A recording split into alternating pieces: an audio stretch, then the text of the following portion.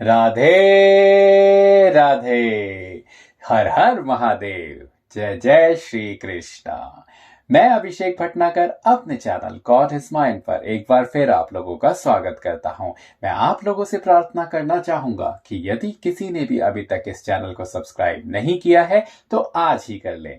जिस तरीके से कल हमने आपको बताया था कि चुगली करना क्यों अच्छा नहीं होता और उसका क्या नुकसान हमें भुगतना पड़ता है, उसी तरह आज हम एक बहुत ही महत्वपूर्ण टॉपिक के ऊपर विचार करने जा रहे हैं, क्योंकि आज का हमारा अध्याय कुछ उसी से रिलेटेड है और वो है ईगो यानी अहम। बहुत अच्छी एक दोहा आपको जरूर मैं बताना चाहूंगा इससे पहले कि मैं शुरुआत करूं आज के अध्याय की। आज का अध्याय हमको यह बताएगा कि किस तरीके से सती जी ने अपने पिता के अहम के कारण अपना तन त्याग कर दिया था। इसीलिए ये बहुत ज्यादा महत्वपूर्ण है कि आज हम जानें कि अहम करना क्यों अच्छा नहीं होता। जिस तरह अहम अहम कर गर्व का, अहम अहम पछताए, अहम जो कर ले नीचा अगर तो जीवन ऊंचा हो जाए। है ना अच्छी बात। तो इसी तरीके से बहुत सारी चीजें हैं जो मैं आपको बताना चाहता हूं, क्योंकि मतलब बिल्कुल साफ है। ये अहम ही है जो आपसे गलतियां कराता है। ये अहम ही है जो गलत बुलवाता है। अहम तोड़ता है सीमाएं मर्यादा की और आपका जीवन कम और जीवन में एक दूसरे का साथ छुड़वाता है। दोस्त है अगर प्यारा और ये नहीं रहा बीच में यानी अहम, तो बस दोस्त और दोस्ती से प्यार दिलाता है। आ गया अगर ये कमबख्त बीच में तो दोस्त हो जाता है ना केवल दूर, अपितु दोस्त को ही जानी दुश्मन बना जाता है। भाई तू मेरा भाई, जीवन साथ निभाने का एक वादा बचपन से साथ निभाया है।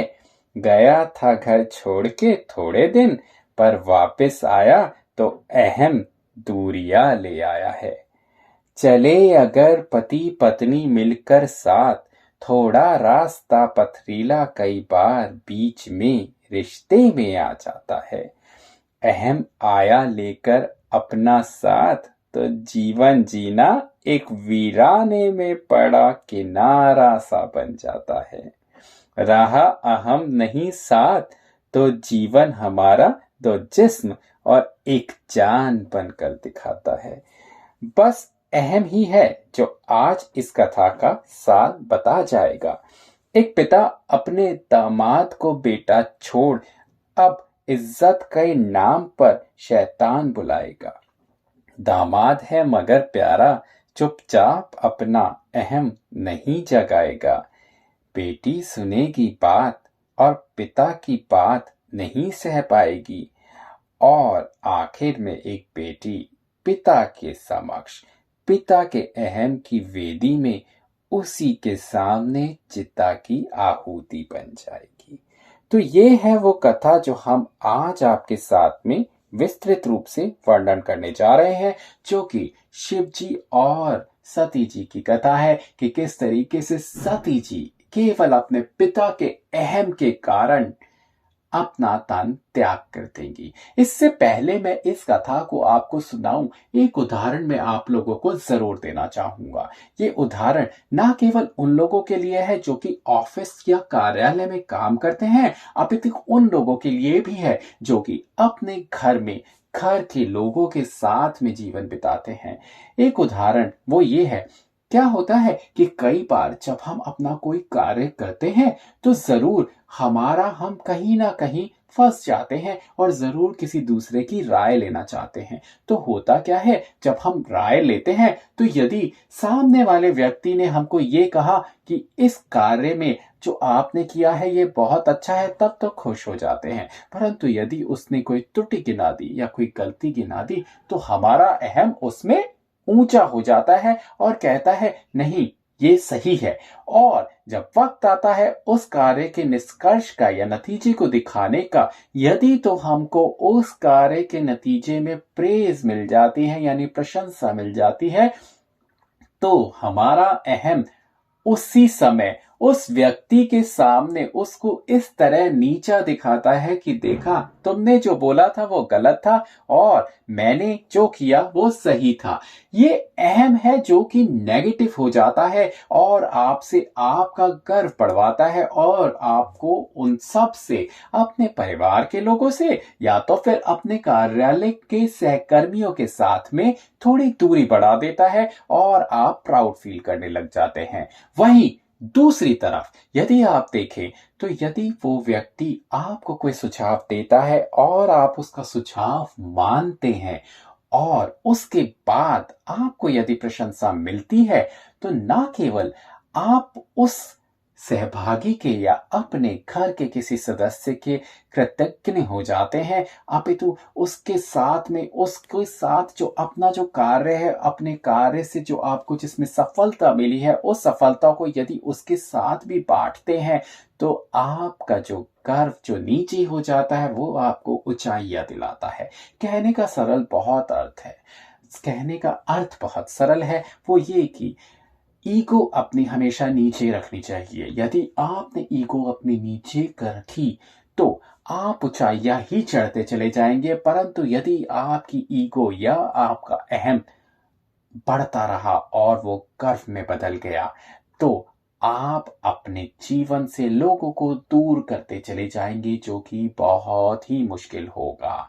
आपका जीवन का सफर बहुत कठिन हो जाएगा। तो इसीलिए यह बहुत जरूरी है कि आप इसे जानें कि अहम ही एक ऐसा कारण है जो कि लोगों को पास बुलाता है और अहम ही एक ऐसा कारण है जो कि दूरियां बढ़ाता है।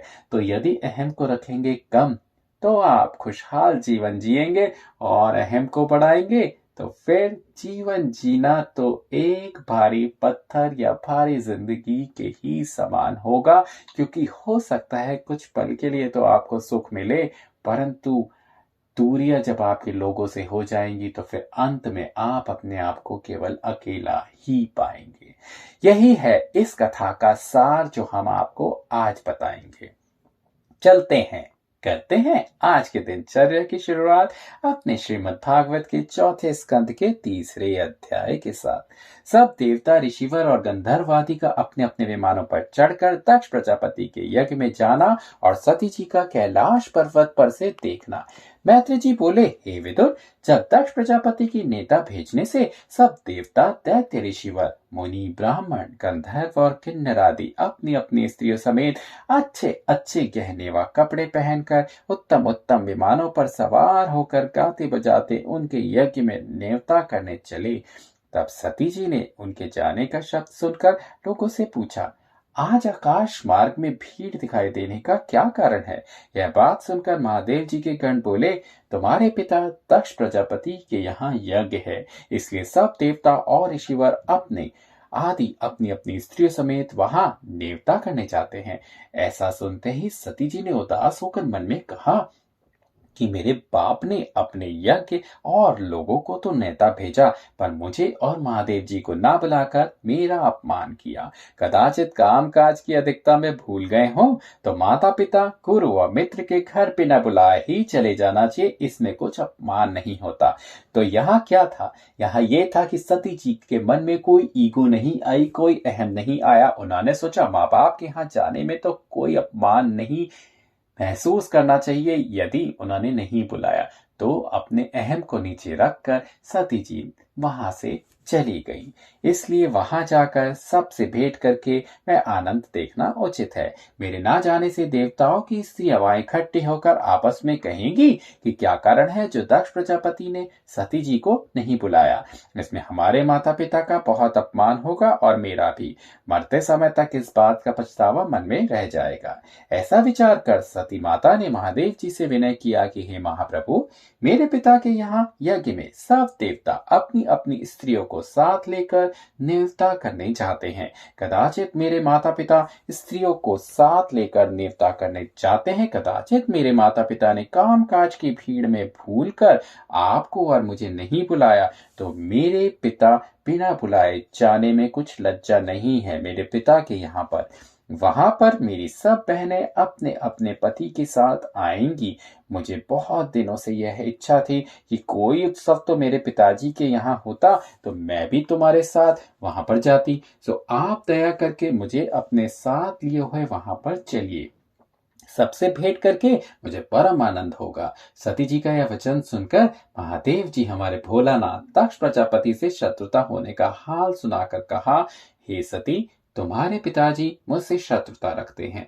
यदि वह मुझसे शत्रुता ना मानते तो मैं बिना बुलाए ही चला जाता। अब बिना बुलाए उनके यहाँ जाऊं और वह मेरा आदर ना करें, अपना मुंह फेर ले या कोई दुर्वचन कहे तो उसमें अच्छा नहीं है। क्योंकि तीर और तलवार के घाव तो मल्हम से भर जाते हैं, पर जीवा का घाव जो किसी के दुर्वचन कहने से कलेजे में पड़ जाता है वह किसी तरह अच्छा नहीं होता। यह बिल्कुल सत्य बात बोली है भोलानाथ ने।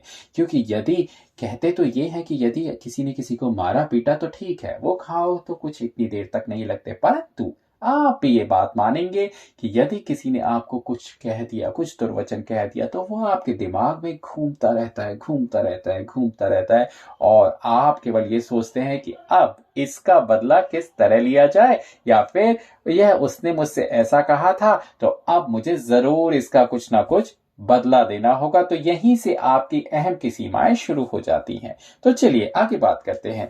उसकी औषधि बहुत दुर्लभ है, इसलिए मैं तुम्हारे पिता के यज्ञ में नहीं जाऊंगा।